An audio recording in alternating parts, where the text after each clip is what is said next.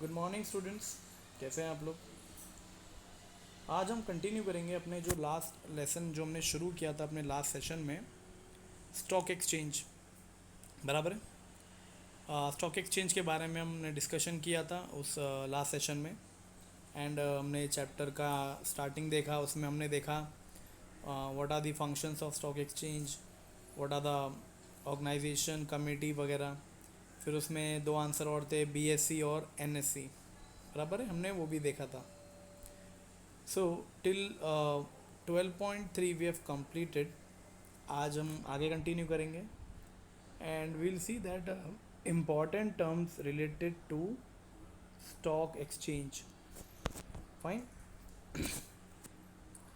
Stock exchange से रिलेटेड क्या क्या इंपॉर्टेंट टर्म्स होते हैं। सो सबसे पहले आता है broker. So I will explain, simple देखना है। ब्रोकर क्या होता है? मेंबर होता है। किसका मेंबर होता है? स्टॉक एक्सचेंज का।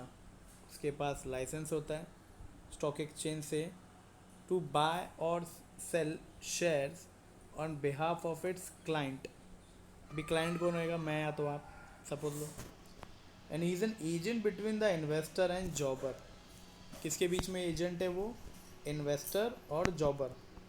जॉबर भी क्या है? अपने आप में एक ब्रोकर जैसा ही है, जो करता है fine dealings, and then we can easily get through with the help of this broker. So जॉबर क्या होता है वो अगले पॉइंट में हम देख रहे हैं। सो इन्वेस्टर तो इतना समझ लीजिए कि जो पर्सन पैसे लगाता है अपने जेब से शेयर्स खरीदने के लिए, पर डायरेक्ट नहीं खरीद सकता, बिकॉज उसे किसकी हेल्प चाहिए होती है? ब्रोकर की। नेक्स्ट देखते हैं जॉबर। जॉबर क्या होता है? जॉबर is a dealer in stock exchange. तो याद रखो, ये मेंबर है, ये डीलर है। वो carries on trading of securities on his own name. वो क्या करता है? जॉबर खुद के नाम पे खरीदता है, in his self name. He buy securities as an owner and sell them at a higher price. क्या करता है? वो खुद ही खरीदता है, और जब अच्छे खासे प्राइस मिले तब वो उसको बेचता है। तो प्रॉफिट ही मेक्स इज, इसकी क्या हो जाती है? इनकम। और यहाँ पे ब्रोकर जो कमाता है वो आता है commission. He is a professional speculator in stock exchange. Speculator का मतलब क्या होता है? अंदाज़ा लगाने वाला। जो अंदाज़ा लगाता है ना, एक तरीके से speculator. He is not permitted to deal with investor directly.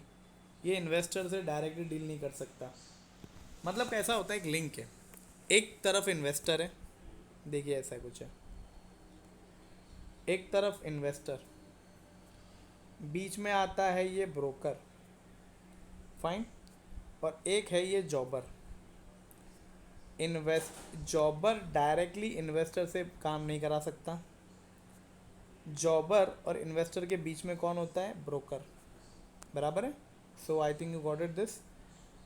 He is a professional speculator, मतलब अंदाज़ा ये खुद ही लगाता है। And he is not permitted to deal with investor directly. तो दो टर्म्स पूरे हो गए, broker and jobber. Next, third. Third देखते हैं, इसमें क्या आता है? बुल। बुल क्या होता है? बुल एक जानवर, देखा होगा आपने, फाइन। सो पर यहाँ पे इसको एक अलग ही नाम दिया है, दैट इज़ अ तेजी वाला। A bull is a speculator, वही अंदाज़ा लगाने वाला, who expect the price of share to be rise in the future and buys the hope with the hope of selling at a higher price to earn profit.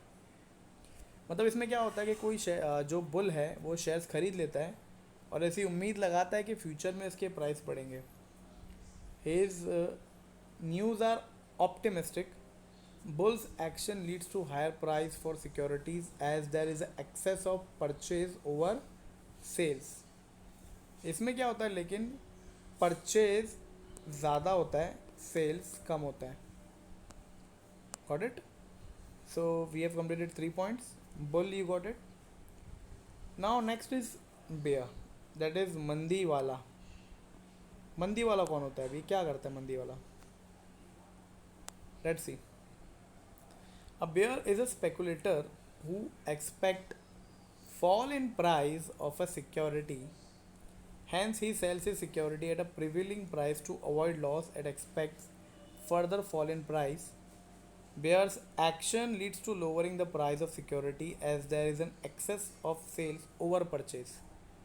मतलब जो bull में होता था वो इसका उल्टा यहाँ पे होता है. फाइन. यहाँ पे क्या होता है, सेल ज़्यादा होती है, परचेज कम होता है. बेसिकली यहाँ पे क्या होता है, एक जो इसमें प्राइस नीचे गिरेगा इस बात का अनुमान लगाया जाता है.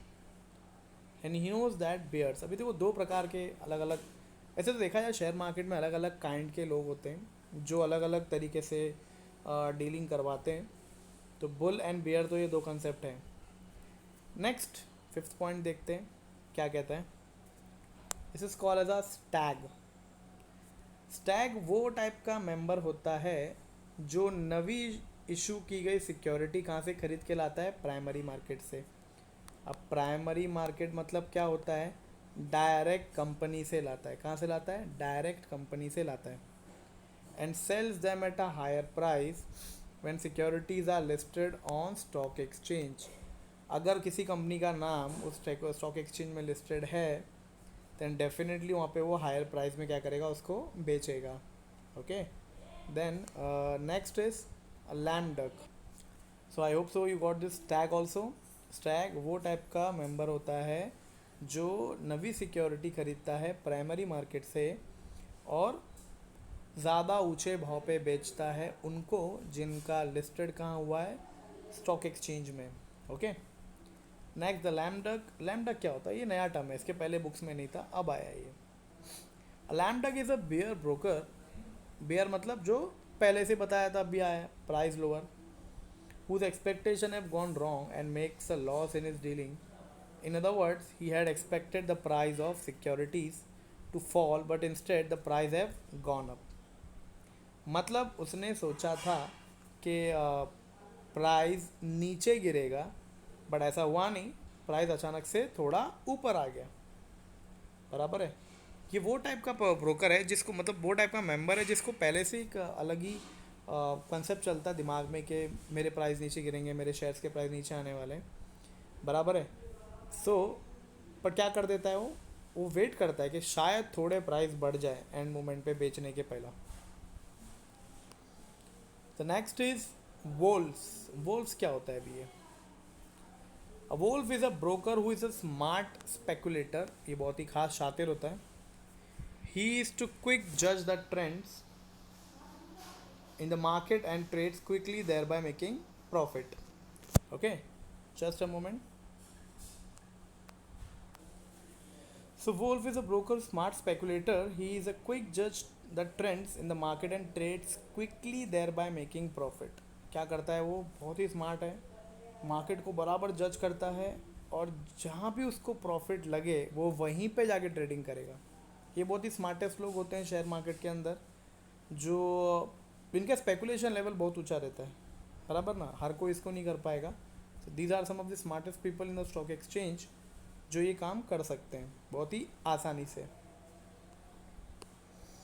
Next is settlement. सेटलमेंट क्या होता है, सेटलमेंट देखते हैं. It refers to the script wise, that is security wise netting of trades by broker after trading period is over. For equity spot market is T+2. T+2 का मतलब क्या होता है, जिस दिन डीलिंग हुई, अभी समझ लो, मान लो आप वो इन्वेस्टर हो, है ना, आपका एक ब्रोकर है, आपने उसको फ़ोन किया, बोला मेरे शेयर्स बेच दे. अब बेचेगा तो पैसा आएगा. आएगा मतलब क्या, तुमको पैसा कभी तक देगा वो, अभी T+2 डेज, मतलब जिस दिन वो किया वो दिन प्लस 2 दिन एक्स्ट्रा अलग से. तो सेटलमेंट तभी होएगा ना, कोई भी चीज़ खरीदो या बेचो तो उसमें T+2 डेज का गेम आता है. Got it. Next you will find this contract note. Contract note क्या होता है, it is a note given by a broker to his client. अभी समझ लो आप वो क्लाइंट हो, तो ब्रोकर जो जो ट्रांजैक्शंस करेगा उसकी इन्फॉर्मेशन ला के क्लाइंट को देगा. It will be in a specific form, it validates the transaction. Both the broker and the client will have one copy each immediately after transaction with in 24 hours. तो इसको ऐसा समझते हैं, मान लो आप एक बहुत ही बिजी पर्सनैलिटी हो, ठीक है, अभी क्या होता है, आपको ना शेयर मार्केट में पैसा लगाना है लेकिन आपको पता नहीं है, तो आपने क्या किया, एक ब्रोकर को बोला जाके कि भाई तू मेरे बिहाफ में शेयर्स वगैरह खरीद और बेच। तो ब्रोकर बोलेगा ठीक है। अब उसको नॉलेज है, मुझे तो नहीं है। तो जहाँ भी बेस्ट लगेगा, बेनिफिट लगेगा, ब्रोकर क्या कर रहा है, अपने हिसाब से शेयर खरीद लेगा और बेच देगा। वो जो भी कुछ करेगा उसकी लिख के डिटेल किसको देगा, क्लाइंट को देगा, क्योंकि पैसा तो मेरा लगा है ना। तो whatever detail he will provided to me, fine, that is simply called as a contract note. Got it? Contract note क्या होता है भी है। नेक्स्ट आता है आपका ये trading ring. The trading or auction of shares takes place on the floor of the stock exchange, which is also known as a trading ring. These days, there is no trading room as all transactions are done electronically. पहले ये होता था offline, but अभी ये online होता है, तो अब कोई ट्रेडिंग रूम है ही नहीं। ट्रेडिंग रिंग बेसिकली सब जानते हैं कि लाइक स्कूल में कैसे बेल बजती वैसा होता था, लेकिन अब ऐसा कुछ होता ही नहीं है। अब सब जानते हैं कि कंसेप्ट क्या है ये। Then we have this important point, one of this insider trading. Insider trading क्या होती है? Insider trading is a trading of public listed company security by individual with access to non-public information about the company. मान लो मैं किसी company की जो जानकारी है वो बता देता हूँ बाहर, वो नहीं बताना चाहिए जो, और उसके हेल्प से मैं पैसे कमा लेता हूँ। That is simply called as an insider trading.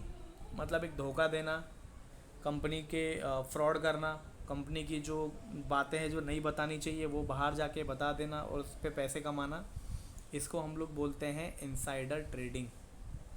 Got it? So next point we have this day trading. Day trading क्या होता है? The practice of buying and selling of securities within the same trading day before the close of market on that day is called as a day trading. मतलब जिस दिन share market खुला उसी दिन मैंने ट्रेडिंग की, बाइंग किया, और दिन ख़त्म होने से पहले उसी दिन मैंने क्या कर दी, सेलिंग कर दी, तो उसको हम लोग क्या बोलेंगे, day trading, same day trading. बराबर है? Then we have this Sensex. ये जो नाम है अपना यहाँ पे दिया हुआ है, it's an index of BSE, Bombay Stock Exchange, which represent the increase or decrease in price of stocks of selected group of company. Sensitive index called as a Sensex is made up of 30 largest and actively traded stock of listed company. It was created in 1986. इसके अंदर क्या बोला गया है ना, 30 largest company active होती है और जो जो लिस्टेड है उनको 1986 में ये बना था। बराबर है? Next we have this Nifty, यहाँ पे दिया है। ये नाम काफ़ी बार टीवी पे आया होगा, सेंसेक्स निफ्टी। तो उसमें 30 होती है, इसमें टोटल मिला के 50 होती है, और 50 के अंदर वो 30 सेंसेक्स की अलग। ये 1996 में बना। समझ में आया? सेंसेक्स में टोटल मिला के 30 लिस्टेड कंपनी है और 1986 में वो बना था। इसका कैसे बोलेंगे? इसमें 50 कंपनी रहती है और 30 कंपनी सेंसेक्स की ही है और 1996 में ये बना था। Okay? Then you will find rally. Rally क्या होता है? इफ द सेंसेक्स और Nifty moves in upward direction over a period of 14 to 20 trading session, it's called as a rally. अगर मान लो सेंसेक्स या निफ्टी ऊपर जा रहा है कम से कम 14 से लेके 20 सेशन तक, तो उस चीज़ को क्या कहा जाएगा? रैली। कि अभी एक ही दिशा में बढ़ रहा है ना, ऊपर जा रहा है। Then crash.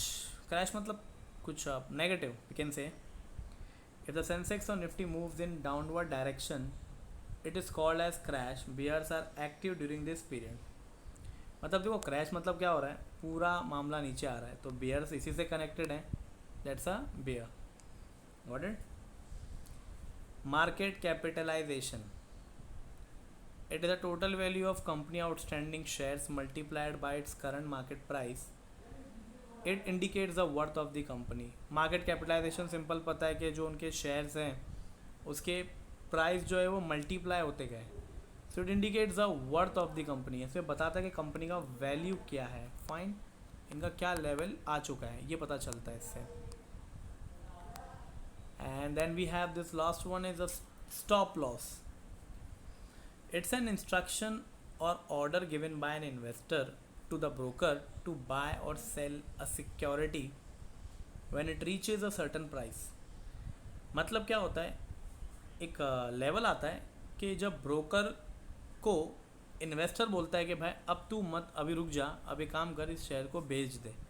क्योंकि पर्टिकुलर लेवल के बाद क्या होता है, अभी जैसे कि मान लो कोई भी चीज़ हम देखते हैं कि वो कोई ऊपर जा रही है, तो एक लेवल पे आके रुकेगी, अब वो नीचे गिरेगी। नीचे गिरने से पहले वहीं पे अगर वो इन्वेस्टर ब्रोकर को बोल दे कि भाई इसको बेच दे, तो नुकसान से बच जाएगा। Fine. So the instruction is given by the investor when he wanted to avoid loss when the price fall below the stop price। आया समझ में? स्टॉप प्राइस, स्टॉप लॉस क्या होता है? अपने नुकसान से बचने के लिए इसको बोलेंगे stop. So in this session we have seen 18 point जो कि बहुत ही काम के हैं आपके। ये चीज़ें अगर आपको समझ में आती है तो आपको शेयर मार्केट बहुत ही आसान पड़ेगा, इसलिए हमने इसमें सिर्फ इन टर्म्स को ही इसमें डिस्कस किया है। अगले सेशन में we will do the SEBI का जो एक आंसर है इसके अंदर यहाँ पे दिया हुआ है, फाइन, और इसमें जो डिस्टिंग्विश बिटवीन है वो, और पीछे के कुछ जो ये ऑब्जेक्टिव हैं ये हम डिस्कस करेंगे इसके बाद वाले सेशन में। Okay, so I hope so you enjoyed this video.